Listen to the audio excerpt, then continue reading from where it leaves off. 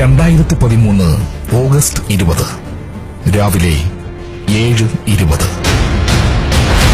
പ്രഭാത വ്യായാമത്തിന് നടക്കാനിറങ്ങിയ ചിന്തകനും എഴുത്തുകാരനുമായ നരേന്ദ്ര ധബോൾക്കർ പൂനെയിലെ ഓംകാരേശ്വർ ക്ഷേത്രത്തിന് സമീപത്ത് വെച്ച് വെടിയേറ്റ് മരിച്ചു.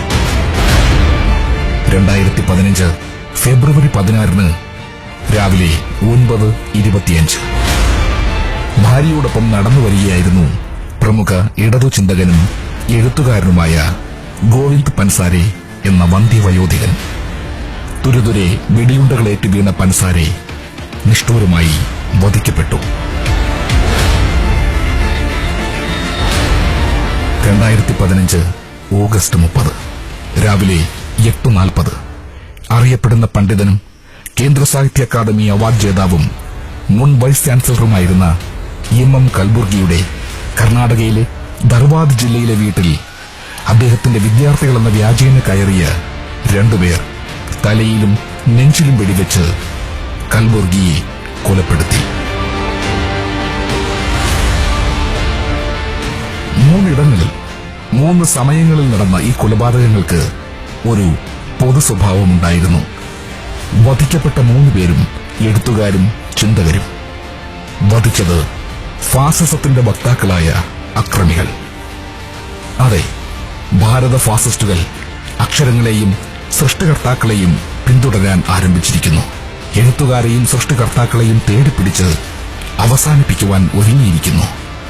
അനന്യവും അസാധാരണവുമായ പ്രതിഭാവിലാസം കൊണ്ട് അക്ഷരങ്ങളിൽ അഗ്നി നിറച്ച അതിശക്തരായ എഴുത്തുകാർ പലരും ഇന്ന് ഫാസിസ്റ്റ് വധഭീഷണിയുടെ നിഴലിലാണ്. തമിഴ് എഴുത്തുകാരൻ പെരുമാൾ മുരുകൻ, കന്നഡ എഴുത്തുകാരനായ KS ഭഗവാൻ തുടങ്ങി അതിദേശീയവാദികളുടെ ഹിറ്റ് ലിസ്റ്റിൽ പ്രമുഖ മനുഷ്യപക്ഷ സൃഷ്ടികർത്താക്കളുടെ പേരുകൾ നിറയുന്നു. ഇപ്പോൾ ഇതാ ഫാസിസം കേരള മണ്ണിൽ. പ്രിയങ്കരനായ എഴുത്തുകാരൻ MTക്കും ചലച്ചിത്ര സംവിധായകൻ കമലിനുമെതിരെ വാളെടുക്കുന്നു. ചിന്തിക്കുന്ന ജനതയെ സംഘപരിവാറിന് ഇഷ്ടമല്ല.